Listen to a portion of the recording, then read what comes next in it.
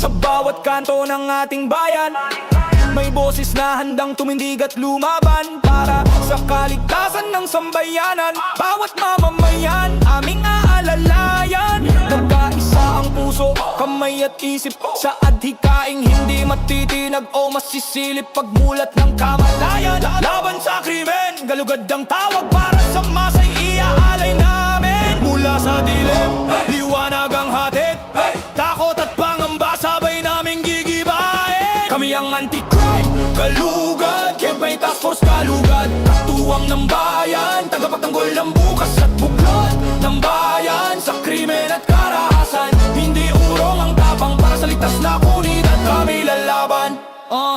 Hey, kaysa ang mamamayan at mga lider, serbisyo't malasakit aming isinusulong. Sasakuna man o biglaang panganib, kami handang rumesponde. Buhay ay iaalay, may pagkain sa gutom, lunas sa may sakit. May pag-asang dalara sa bawat saglit, edukasyon sa batang nangangarap. Kahit salat sa yaman, may bukas na yakap. Sa gitna ng unos, kami ang sandigan. Sa bawat sigaw ng tulong, agad tatayuan.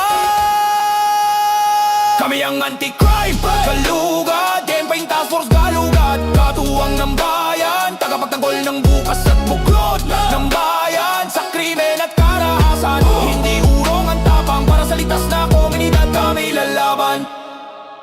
Hindi kami armado ng galit, kundi ng malasakit at tunay na pag-ibig. Sa gobyerno, pribado at organisasyon, Campaign Task Force Kalugad, isang misyon.